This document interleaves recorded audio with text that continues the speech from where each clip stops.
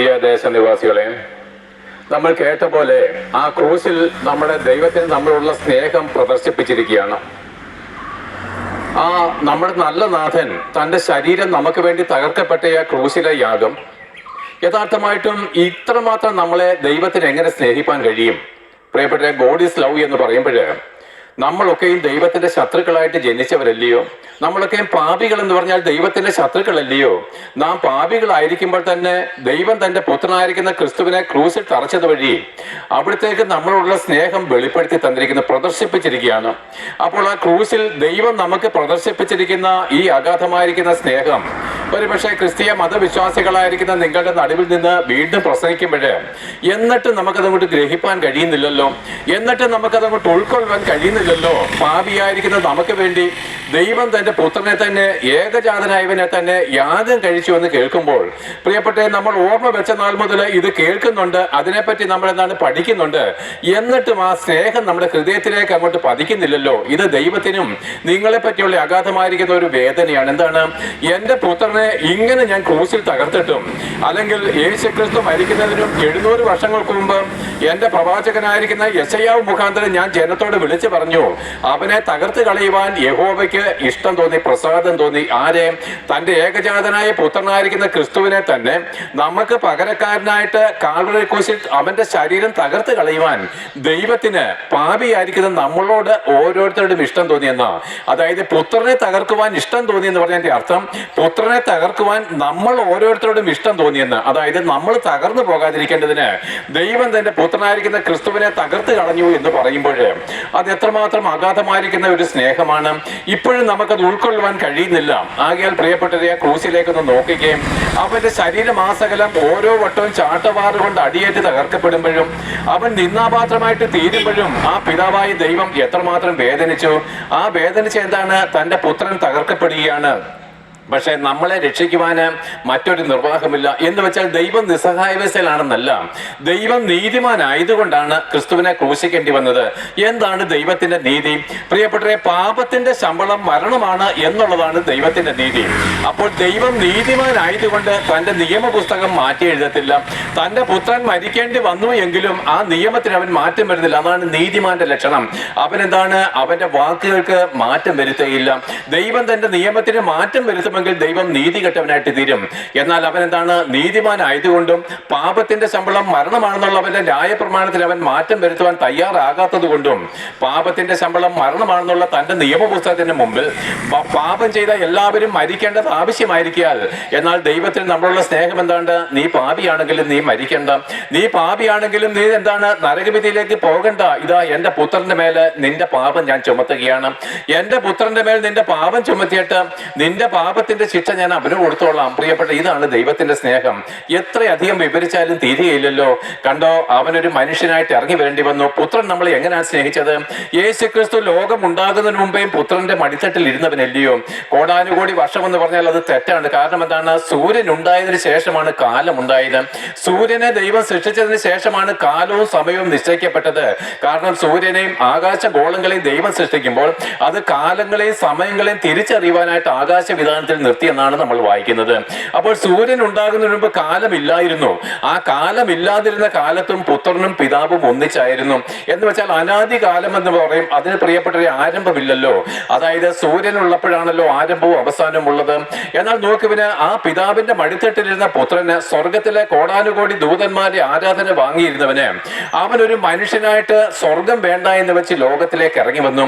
ഈ ചേറ്റുകുഴിയിലേക്ക് സ്വർഗത്തിൽ നിന്ന് അവനെ താഴേക്ക് ഇറങ്ങി വന്നു. പ്രിയപ്പെട്ടെ, എന്തിനാണ് ഉയരത്തിൽ നിന്ന് അവൻ ഈ താഴേക്ക് ഇറങ്ങി വന്ന് ബദ്ധന്മാരെ പിടിച്ചുകൊണ്ട് പാപത്തിൽ ഈ ചെളിക്കുഴിയിൽ മുങ്ങിക്കിടന്നിരുന്ന നമ്മളെ പിടിച്ചുകൊണ്ട് ഉയരത്തിലേക്ക് തിരിച്ചു പോകേണ്ടതിന് അവൻ സ്വർഗത്തിലെ സകല സന്തോഷങ്ങളും വേണ്ട എന്ന് വെച്ചുകൊണ്ട് ഈ താണഭൂമിയിലേക്ക് ഒരു മനുഷ്യനായിട്ട് ഇറങ്ങി വന്നു.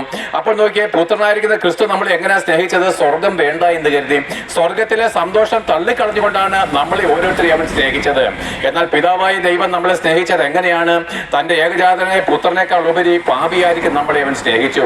അതേ പ്രിയപ്പെട്ട നിങ്ങൾക്കൊരു കാര്യം മനസ്സിലാക്കുമ്പോൾ, നിങ്ങൾക്ക് പണം ഉണ്ടാകുമ്പോൾ നിങ്ങൾ എന്താണ് അഹങ്കരിക്കുന്നവരാണ്. എന്തെങ്കിലും ഒരു അധികാരം കിട്ടുമ്പോൾ നമ്മൾ അഹങ്കരിക്കുന്നവരാണ്. നമ്മൾ എന്താണ് അധികാരത്തിൽ ഇരുന്നു കൊണ്ട് നമുക്ക് വേണ്ടി അധികാരം ത്യജിച്ചവരെ മറന്നു കളയുന്നവരാണ്. അത് പുരോഹിതന്മാരായാലും ശരി, രാജാക്കന്മാരായാലും ശരി, എല്ലാവരും നമുക്ക് കിട്ടിയ ഏതാണ്ട് ഒരു ചെറിയ അധികാരം കിട്ടുമ്പോഴേക്കും എന്താണ് നമുക്ക് വേണ്ടി സ്വർഗം വിട്ടുകളഞ്ഞവരെ മറന്നു കളഞ്ഞവരാണ് നമ്മളൊക്കെയും. എന്നാൽ നോക്ക പ്രിയപ്പെട്ടവരെ, ആ പുത്രൻ നമ്മൾ എങ്ങനെ സ്നേഹിച്ചത്? സ്വർഗം വേണ്ട എന്ന് വെച്ചു, ആ കോടാനുകോടി ദൂതന്മാരുടെ ആരാധന വേണ്ട എന്ന് വെച്ചു, പിതാവായ ദൈവത്തിന്റെ മടിത്തട്ടും തനിക്ക് വേണ്ട എന്ന് വെച്ചു. കാരണം എന്താണ്? നമ്മൾ നശിച്ചു പോകാതിരിക്കേണ്ടതിന് താൻ കഷ്ടമേൽക്കേണ്ടത് അനിവാര്യമായിട്ട് തീർന്നു. നോക്കിക്കേ, പിതാവ് തന്റെ പുത്രനേക്കാൾ ഉപരി നമ്മളെ സ്നേഹിച്ചു. പുത്രനോ സ്വർഗത്തെക്കാൾ ഉപരി നമ്മളെ സ്നേഹിച്ചുവെങ്കിൽ നമ്മൾ എത്രമാത്രം വിലയേറിയവരാണ്. നിങ്ങളുടെ വില നിങ്ങൾ തിരിച്ചറിയണം. അതെങ്ങനെ തിരിച്ചറിയുന്നത്? ഒരാത്മാവിന്റെ വില സർവ്വലോകത്തെക്കാളും വിലയേറിയതായതുകൊണ്ട് നിന്നിൽ വസിക്കുന്ന നിന്റെ ആത്മാവ് ഈ സർവ്വലോകത്തെക്കാളും വിലയേറിയതായതുകൊണ്ട്. അല്ലയോ ധനവാന്മാരായിരിക്കുന്നവരെ, ദരിദ്രന്മാരായിരിക്കുന്നവരെ, നിങ്ങൾ വിചാരിക്കുന്നുവോ നിങ്ങളുടെ സമ്പത്ത് കൊണ്ട് പാപമോചനം നേടാമെന്ന്? സാധ്യമല്ല പ്രിയപ്പെട്ടവരെ. പാപമോചനമാണ് വീണ്ടെടുപ്പ് എന്ന് പറയുന്ന കാര്യം. എന്നാൽ നിർഭാഗ്യകരമെന്ന് പറയട്ടെ, ഇത്രമാത്രം കർത്താവ് നമുക്ക് വേണ്ടി കഷ്ടമേറ്റ് മരിച്ചിട്ടും നമ്മുടെ പാപത്തിന്റെ പരിഹാര ബലിയായിട്ട് അവൻ അടക്കപ്പെട്ടുവെങ്കിലും മരിച്ചുവെങ്കിലും ഇന്ന് നിങ്ങൾ പാപിയായിട്ട് തുടരുന്നുവെങ്കിൽ പ്രിയപ്പെട്ട ക്രൂശിക്കപ്പെട്ട ക്രിസ്തുവിനെ, ആ സ്വർഗത്തിൽ നിന്ന് ഇറങ്ങി വന്നവനെ നിങ്ങൾ ഇന്നും അംഗീകരിച്ചിട്ടില്ല. നിങ്ങൾ ക്രിസ്തീയ മതവിശ്വാസികളാണ്, സത്യം തന്നെ. നിങ്ങൾ നിങ്ങളുടെ മതത്തിന്റെ ആചാരങ്ങളും വഴിപാടുകളും ഒക്കെ ചെയ്യുന്നവരാണ്, സത്യം തന്നെ. പക്ഷെ ഇപ്പോഴും നിങ്ങൾ ന്യായപ്രമാണത്തിന്റെ കീഴിൽ ഇരുന്നു കൊണ്ട് ദൈവകൃപയെ എന്താണ് തുച്ഛീകരിക്കുന്നവരാണ്. ഇന്ന് നിങ്ങൾ ന്യായപ്രമാണത്തെ അംഗീകരിച്ചുകൊണ്ട് യേശുക്രിസ്തുവിന്റെ കൃപയെ നഷ്ടപ്പെടുത്തി കളയുന്നവരാണ്. പ്രിയപ്പെട്ടവരെ, ന്യായപ്രമാണത്താൽ ഒരു ജഡവും നീതീകരിക്കത്തില്ലെന്നും ന്യായപ്രമാണം നമ്മളെ രക്ഷിക്കുവാനല്ല ശിക്ഷിക്കുവാനാണ് തന്നതെന്നുള്ള ബോധമില്ലാതെ ഇന്ന് ന്യായപ്രമാണത്തിന്റെ പ്രവൃത്തികളെ ആശ്രയിച്ചുകൊണ്ട് ആ യേശുക്രിസ്തുവിനുള്ള ദൈവത്തിന്റെ അഗാധമായിരിക്കുന്ന കൃപ നിങ്ങൾ നഷ്ടപ്പെടുന്നത്. എന്താണ് ഈ കൃപയെന്നറിയാമോ? പാപമില്ലാത്ത പുത്രനെ നമ്മുടെ പാപം അവന്റെ മേലാക്കി നമ്മുടെ പാപത്തിന്റെ ശിക്ഷ അവന് കൊടുത്ത ക്രൂശിക്കപ്പെട്ട അല്ലെങ്കിൽ യേശുക്രിസ്തുവിന്റെ മരണമാണ് ദൈവകൃപ എന്ന് പറയുന്നത്. ആ യേശുക്രിസ്തുവിന്റെ ക്രൂശിൽ അവൻ എന്തിനു വേണ്ടി മരിച്ചുവോ ആ മരണത്തിൽ നിന്നുളവായി വരേണ്ട പ്രതിഫലം നിങ്ങൾ ലഭിക്കാതെ നിങ്ങൾ ഇപ്പോഴും പാപിയായിട്ട് ജനിച്ച് പാപികളായിട്ട് മരിച്ച് പാപികൾക്കായിട്ട് ദൈവം ഒരുക്കി വെച്ചിരിക്കുന്ന ആ പിശാചിനോട് ചേർന്നുള്ള നരകവിധിയിലേക്ക് കടന്നു പോവുകയാണ്. ആകയാൽ പ്രിയപ്പെട്ടവരെ, പൗലോസിനെ പോലെ നിങ്ങൾ എന്താണ് ആദ്യ ശൗലിനെ പോലെ നിങ്ങൾ ദൈവത്തോടും ദൈവവചനത്തോടും എതിർത്ത് നിൽക്കുന്നു. എന്നാൽ നോക്കുവിന് ആ പൗലോസ് യഥാർത്ഥമായിരിക്കുന്ന ഒരു പുരുഷനാണ്. അവൻ സത്യം അറിഞ്ഞപ്പോൾ എന്താണ്? അവൻ ദമസ്കോസിന്റെ പടിക്കൽ വെച്ച് സത്യം അറിഞ്ഞപ്പോൾ എന്താണ്? അവന് ആ പഴയ നിയമത്തെ അല്ലെങ്കിൽ എന്താണ് ആ ന്യായ പ്രമാണത്തെ തള്ളിക്കളഞ്ഞുകൊണ്ട് അവൻ മനുഷ്യരുടെ മുമ്പിലുള്ള മാനം തള്ളിക്കളഞ്ഞുകൊണ്ട് സ്വർഗത്തിലെ മാനം വിട്ട് എനിക്ക് വേണ്ടി നിന്ന ഏറ്റവന്റെ നിന്ന ചുമക്കുവാനായിട്ട് പരസ്യമായിട്ട് ഇറങ്ങുന്നു. ആകട്ടെ, എന്നെ കേൾക്കുന്ന ഏതെങ്കിലും ഒരു പുരുഷനെങ്കിലും ഉണ്ടെങ്കിൽ പൗരുഷമുള്ളവർ ആരെങ്കിലും ഉണ്ടെങ്കിൽ പ്രിയപ്പെട്ട യേശുക്രിസ്തുവിന്റെ നിന്ന ചുമക്കുവാനായിട്ട് നിങ്ങളെ വിളിക്കുകയാണ്. നിങ്ങളുടെ ന്യായ പ്രമാണത്തെ വിട്ടുകളഞ്ഞ് നിങ്ങളുടേതായിരിക്കുന്ന പാരമ്പര്യങ്ങളെ വിട്ടുകളഞ്ഞ് ഇന്നവരെ പാപമോചനം നൽകി തരുവാൻ കഴിയാത്ത പൗരോഹിത്യ ശുശ്രൂഷകളെ വിട്ടുകളഞ്ഞ് നിങ്ങൾക്ക് വേണ്ടി സ്വർഗം വിട്ട് ഇറങ്ങി വന്ന് ക്രൂശിൽ കഷ്ടമേറ്റ് മരിച്ചവന്റെ നിന്ന ചുമക്കുവാൻ ധൈര്യമുള്ള ഏതെങ്കിലും ധീരന്മാരായിരിക്കുന്ന പുരുഷന്മാരുണ്ടെങ്കിൽ ഞാൻ ക്ഷണിക്കുകയാണ്. ആ ക്രൂശിലേക്ക് നോക്കുവിന് അവൻ അടിയേറ്റ് തകർക്കപ്പെട്ടത് നിനക്ക് വേണ്ടിയിട്ടാണ്. ആ ക്രൂശിലേക്ക് നോക്കുവിന് അവന്റെ മുഖത്തുകൂടെ തുപ്പൽച്ചാലുകൾ ഒഴുക്കപ്പെടേണ്ടി വന്നത് നിനക്ക് വേണ്ടിയിട്ടാണ്. അവന്റെ മുഖത്തെ രോമമൊക്കെയും അവർ നുള്ളിപ്പറിച്ചു കളഞ്ഞത് നിനക്ക് വേണ്ടിയിട്ടാണ്. അവന്റെ മുതുകടിച്ച് തകർത്തത് നിനക്ക് വേണ്ടിയിട്ടാണ്. അവൻ ചുമന്നു കൊണ്ടുപോയ മരക്കുരിശ് നിന്റെ പാപത്തിന്റെ ചുമടുമാണ്. എന്നിട്ട് നീ അഹങ്കരിക്കുന്നതെന്ത്? നിന്റെ ഉന്നത പാപവും നഗള ഹൃദയം വിരാജിക്കുന്നതെന്ത്? അതേ പ്രിയപ്പെട്ടവരെ, ഇന്നലെ ജനിച്ച് നാളെ മരിച്ചു പോകുന്ന നമുക്ക് വേണ്ടി ദൈവം എന്നേക്കും ജീവിക്കുന്ന ഒരു ആത്മാവിനെ സൗജന്യമായിട്ട് നൽകി തരുവാൻ ഇതാ നമ്മളോട് പ്രസാദം തോന്നിയപ്പോഴ് അതേ മരണത്തെ ജയിച്ച് ഉയർത്തെഴുന്നേറ്റ ക്രിസ്തുവിൽ വിശ്വസിക്കുന്നവർക്ക് മരണത്തെ ജയിച്ച് ഉയർത്തെഴുന്നേൽക്കുവാൻ നമുക്കും അധികാരം നൽകി തരുന്ന ഈ ദൈവകൃപയെ തള്ളിക്കളഞ്ഞുകൊണ്ട് മനുഷ്യരുടെ മുമ്പിലുള്ള മാനവും ഈ ലോകത്തിന്റെ വിഗതികൾക്കൊത്തവണ്ണം പാപം ചെയ്തുകൊണ്ട് ലോകത്തോടുകൂടെ നശിച്ചു പോകാൻ നിങ്ങൾ ശ്രമിക്കുന്നുണ്ട്. ആകയാൽ നോക്കുവിന് ക്രൂസിൽ നിന്ന് പാഞ്ഞൊഴുകി വന്നിരിക്കുന്ന ആ രക്തനദി, ആ പാപമോചകനായിരിക്കുന്ന യേശുക്രിസ്തുവിന്റെ ആ വിശുദ്ധ രക്തത്തിന്റെ നദി ഇതാ ഇവിടെ വീണ്ടും ഇതാ ഒഴുകി ഇറങ്ങിയാണ്.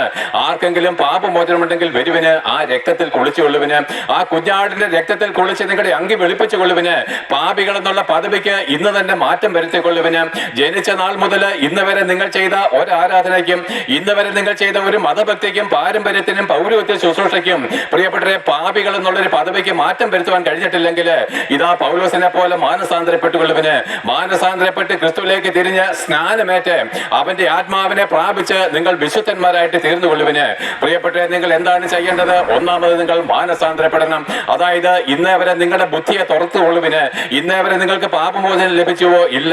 നിങ്ങളും നിങ്ങളുടെ പിതാക്കന്മാരും പൂർവ്വപിതാക്കന്മാരും ആചരിച്ചു വന്ന ഒരു മതത്തിന്റെയും ഒരു വിശ്വാസത്തിന്റെയും അതിന്റെ തത്വസംഹിതകളിലും അതിൽ വ്യാപരിക്കുന്ന ആ പൗരോഹിത്യ ശുശ്രൂഷകൾ നിങ്ങൾ ഏറ്റിട്ടും നിങ്ങൾക്ക് എന്ത് കിട്ടിയില്ല? പാപമോചനം കിട്ടിയിട്ടില്ല. നിങ്ങൾ ആണ്ടോടാണ്ട് ചെയ്യുന്ന നേർച്ചകൾക്കോ വഴിപാടുകൾക്കോ യാഗങ്ങൾക്കോ പെരുന്നാളുകൾക്കോ തിരുനാളുകൾക്കോ തീർത്ഥാടനങ്ങൾക്കോ നോയമ്പുകൾക്കോ ഒന്നും പാപികൾ എന്നുള്ള പദവിയിൽ നിങ്ങളെ രക്ഷിപ്പാൻ കഴിഞ്ഞിട്ടില്ല. ആകയാൽ പ്രിയപ്പെട്ടെ, പോഷത്വമാകുന്നു നിങ്ങൾ ചെയ്യുന്നത്. അതുകൊണ്ട് നമ്മൾക്ക് എന്ത് ചെയ്യണം? ദൈവം നിങ്ങളെ പറ്റി ആഗ്രഹിക്കുന്നത് ഒരു പാപമോചനമാണ്. നിങ്ങളുടെ എണ്ണമില്ലാത്ത പാപങ്ങൾ മായ്ക്കപ്പെടേണ്ടതിനും ആദമിന്റെ മകൻ എന്നുള്ള പാപി എന്നുള്ള പദവിയിൽ നിങ്ങളെ രക്ഷിച്ച് ദൈവത്തിന്റെ മക്കളും വിശുദ്ധരും എന്നുള്ള പദവിയിലേക്ക് നിങ്ങളെ തിരിക്കേണ്ടതിനും പ്രിയപ്പെട്ടെ, നിങ്ങൾ വെറും പുഴുക്കളാണെന്ന് ബോധം വന്നുകൊണ്ട് മാനസാന്തരപ്പെടണം. എന്ന് വെച്ച് കഴിഞ്ഞാൽ മാനസാന്തരം എന്ന് പറഞ്ഞു കഴിഞ്ഞാൽ പ്രിയപ്പെട്ട, ഇന്നേ വരെ നമുക്ക് ഒരു രക്ഷയും നൽകി തരുവാൻ കഴിയാത്ത, അല്ലെങ്കിൽ യെശയ്യാവ് വിളിച്ചു പറഞ്ഞതുപോലെ അപ്പമല്ലാത്തതിന് ദ്രവ്യവും നിങ്ങൾക്ക് തൃപ്തി വരുത്തുവാൻ കഴിയാത്തതിന് നിങ്ങളുടെ പ്രയത്നബലവും ചെലവിടുന്നതിന് ഇന്നേ വരെ ഓടി ഓട്ടം കൊണ്ട് പാപമോചനം ലഭിച്ചെങ്കിൽ വിട്ടുകള. പ്രിയപ്പെട്ടത്, എല്ലാ മതവിശ്വാസികളും പറഞ്ഞു, മതം പിശാചിന്റെ ഏറ്റവും ഷാർപ്പായിരിക്കുന്ന ആയുധമാണ് മതം. അത് തമ്മിൽ കൊല്ലുന്നു, തമ്മിൽ എന്താണ് കളങ്കപ്പെടുത്തുന്നു. എന്നിട്ട് ഒരു മതക്കാരും ക്രിസ്തീയ മതം ഉൾപ്പെടെ പാപമോചനം നേടാതെ സാത്താനോട് കൂടെ നരകാഗ്നിയിലേക്ക് ഒടുങ്ങിപ്പോകുന്നു. നിങ്ങൾ എത്ര നല്ല പ്രവൃത്തി ചെയ്താലും എത്ര നീതി പ്രവൃത്തി ചെയ്താലും പ്രിയപ്പെട്ടവരെ, പാപമോചനം ലഭിക്കുന്നില്ല. പാപമോചനത്തിനായിട്ട് ഒരു വഴി മാത്രമേ ഉള്ളൂ. നിങ്ങൾ ചൊല്ലാറുണ്ട്, മാമോദീസ ഒന്ന് മാത്രമേ പാപമോചനത്തിനായിട്ടുള്ളൂ എന്ന് നിങ്ങൾ നിഖ്യാവിശ്വാസ പ്രമാണം ചൊല്ലി അവസാനിപ്പിച്ച് ആമേൻ പറയുമ്പോൾ പ്രിയപ്പെട്ടവരെ, നിങ്ങൾക്ക് എന്തുകൊണ്ട് മാമോദീസ ഏറ്റിട്ടും പാപമോചനം ലഭിച്ചില്ല? യഥാർത്ഥമായിരിക്കുന്ന മാമോദീസ എന്ന് പറയുന്നത് നിങ്ങൾ ബൈബിൾ വായിക്കണം. യഥാർത്ഥമായിരിക്കുന്ന സ്നാനം എന്ന് പറഞ്ഞു കഴിഞ്ഞാൽ വിശ്വസിക്കുന്നവരെ അവർ സ്നാനപ്പെടുത്തി സഭയോട് ചേർത്ത് വന്നിരിക്കുന്നു. ആകയാൽ പ്രിയപ്പെട്ടവരെ, ശിശു സ്നാനമോ മുതിർന്ന സ്നാനമോ ബൈബിൾ പഠിപ്പിക്കുന്നില്ല. ഏതൊരു മനുഷ്യനും വിശ്വസിച്ച് കർത്താവിനെ ഏറ്റുപറയാൻ, എന്റെ പാപത്തിന് പരിഹാര ബലിയായിട്ടാണ് ക്രിസ്തു മരിച്ചതെന്ന് ഹൃദയം കൊണ്ട് അംഗീകരിച്ചതിന് ശേഷം അവൻ സ്വന്തം ഇഷ്ടപ്രകാരം പൂർണ്ണമായിട്ടും ജലത്തിൽ എന്താണ് സ്നാനപ്പെടണം. ജലത്തിൽ അവൻ സമ്പൂർണ്ണമായിട്ട് നിമജ്ജനം ചെയ്യണം. ആ സ്നാനത്താൽ അത്രേ നമുക്ക് പാപമോചനം. അതേ പ്രിയപ്പെട്ടവരെ, യേശുക്രിസ്തുവിന്റെ ഇടവും വലവും രണ്ട് കള്ളന്മാരെ ക്രൂശിച്ചു. നോക്കുവിന് ആ രണ്ടുപേരും ഒരേ സ്വഭാവമുള്ളവരായിരുന്നു. രണ്ടുപേരും പാപികളായിരുന്നു, രണ്ടുപേരും കള്ളന്മാരായിരുന്നു. രണ്ടുപേർക്കും ശിക്ഷ ഒന്നായിരുന്നു, മരണശിക്ഷയായിരുന്നു. എന്നാൽ പ്രിയപ്പെട്ടവരെ, അതിൽ ഒരു കള്ളൻ തന്റെ ഒരു വശത്ത് കിടക്കുന്ന കർത്താവിനെ നോക്കി പറഞ്ഞു, കർത്താവെ, ഞാൻ ചെയ്ത തെറ്റിന്, അല്ലെങ്കിൽ അവൻ സ്വയം പറഞ്ഞു, ഞാൻ ചെയ്ത തെറ്റിന് എത്ര ശിക്ഷ അനുഭവിക്കുന്നത്? ഇവനോ അരുതാത്തൊന്നും ചെയ്തിട്ടില്ല എന്നുള്ള ബോധം അവന് വന്നു. അവനെ തന്നെ താഴ്ത്തിയതേ ഉള്ളൂ. ദൈവം അവന് കൃപ കൊടുത്തു. പ്രിയപ്പെട്ടവരെ, തന്നെത്താൻ താഴ്ത്തുമ്പോൾ ദൈവത്തിന്റെ കൃപ നമ്മളിലേക്ക് ഇറങ്ങി വരും. ഹൃദയം നെകളിച്ചിരുന്നാൽ ദൈവവുമായിട്ട് നമ്മൾ അകന്നിരിക്കുന്നു. അഹങ്കാരം നമ്മളെ ദൈവത്തിൽ നിന്ന് അകറ്റി കളയുന്നു. പ്രിയപ്പെട്ടവരെ, സമ്പത്തില്ലായ്മ ദൈവത്തിൽ നിന്ന് അകറ്റുന്നില്ല, ആരോഗ്യമില്ലായ്മ ദൈവത്തിൽ നിന്ന് അകറ്റുന്നില്ല. നെകളും അത്രേ, അഹങ്കാരം അത്രേ നമ്മളെ ദൈവത്തിൽ നിന്ന് അകറ്റി കളയുന്നത്. നോക്കുവിന് അവൻ തന്നെത്താൻ താഴ്ത്തിയപ്പോൾ തന്നെ ദൈവം കൃപ കൊടുത്തു. അവന് ദൈവം എന്താണ്? വെളിപ്പാട് കൊടുത്തു. തന്റെ ചാരത്ത് കിടക്കുന്ന ഈ ക്രിസ്തുവാണ് തന്റെ രക്ഷകൻ എന്നുള്ള വെളിപ്പാട് കൊടുത്തു. എന്നാൽ മറ്റേ കള്ളനോ, അവനെന്താണ്? അതേ സ്വഭാവമുള്ളവനാണെങ്കിലും അവൻ ആ കഠിനമായിരിക്കുന്ന വേദനയിലും ആ മരണത്തിന്റെ വഴിയിലും അഹങ്കാരം താഴ്ത്തിയില്ല. അവനെ തന്നെ പുച്ഛിച്ചു, ദൈവത്തെയും പുച്ഛിച്ചുകൊണ്ട് നരകവിധിയിലേക്ക് ഒടുങ്ങിപ്പോയി. പ്രിയപ്പെട്ട, രണ്ടുപേർക്കും രക്ഷ പ്രാപിപ്പാൻ ദൈവം അവസരം കൊടുത്തതാണ്. എന്നാൽ ദൈവം ഒരുത്തിന് പ്രത്യേകം കൃപ കൊടുക്കുകയും മറ്റവന് കൃപ കൊടുക്കാതിരുന്നത് ചെയ്തല്ല. പ്രിയപ്പെട്ട, നിങ്ങളുടെ വീട്ടിലൊരു വാട്ടർ ടാങ്ക് കൊണ്ടുവന്ന് കൂട്ടിക്കും, അത് നിങ്ങളുടെ ആ ടെറസിന്റെ മണ്ടയ്ക്ക് വെച്ചിരിക്കുകയാണ്. നിങ്ങൾ ഒരു ടാപ്പ് മേപ്പോട്ട്, അതായത് ടാങ്കിന്റെ അവിടെ നിന്ന് മേപ്പോട്ട് വെച്ചിട്ട് അവിടെ ഒരു ബക്കറ്റ് വെച്ച് ഒരു തുള്ളി വെള്ളം വരത്തില്ല. അതേ ടാങ്കിൽ നിന്ന് ഒരു ടാപ്പ് താഴേക്ക് വെച്ചിട്ട് അവിടെ ഒരു ബക്കറ്റ് വെച്ച് വെള്ളം താരതാരയായിട്ട് ഒഴുകി ഇറങ്ങും. പ്രിയപ്പെട്ട, ഇത് ദൈവത്തിന്റെ നിയമമാണ്. അതേ പ്രിയപ്പെട്ട, അഹങ്കാരികളോട് ദൈവം എതിർത്ത് നിൽക്കുന്നു, താഴ്മയുള്ളവർക്കോ കൃപ കൊടുക്കുന്നു. നിങ്ങൾക്ക് കൃപ കൊടുക്കാൻ തരാത്തതിന്റെ കാര്യം എന്താണ്? നിങ്ങളുടെ ഹൃദയം ദൈവത്തെക്കാൾ ഉയർന്നിരിക്കുന്നു. നിങ്ങളുടെ ഹൃദയം ദൈവത്തിന്റെ വചനത്തിനേക്കാൾ ഉയർന്നിരുന്ന മതഭക്തിയെ നിങ്ങൾ കൂടുതൽ സ്നേഹിക്കുന്നതുകൊണ്ട് നിങ്ങൾക്ക് വെളിപ്പാട് കിട്ടുന്നില്ല, നിങ്ങൾക്ക് ദൈവത്തെ പറ്റിയുള്ള ബോധവും വരുന്നില്ല. ആകയാൽ പ്രിയപ്പെട്ടവരെ, ഒരു കള്ളനോട് കരുണ ചെയ്യുകയും മറ്റേ കള്ളനോട് കരുണ തോന്നാതിരിക്കുകയും ചെയ്ത ദൈവമല്ല. അവൻ രണ്ടുപേരോടും കരുണയുണ്ടായിരുന്നു. എന്നാൽ ഒരുവന്റെ നെകളും അത്രേ, അഹങ്കാരം അത്രേ ദൈവത്തിന്റെ സ്നേഹം അനുഭവിക്കുവാൻ അവന് കഴിയാതിരുന്നത്. പൗലോസും അഹങ്കാരിയായിട്ട് നടന്നപ്പോൾ ദൈവത്തിന്റെ കൃപ അനുഭവിച്ചില്ല. അവനെ തന്നെ താഴ്ത്തിയപ്പോൾ ദൈവത്തിന്റെ കൃപ അനുഭവിച്ചു.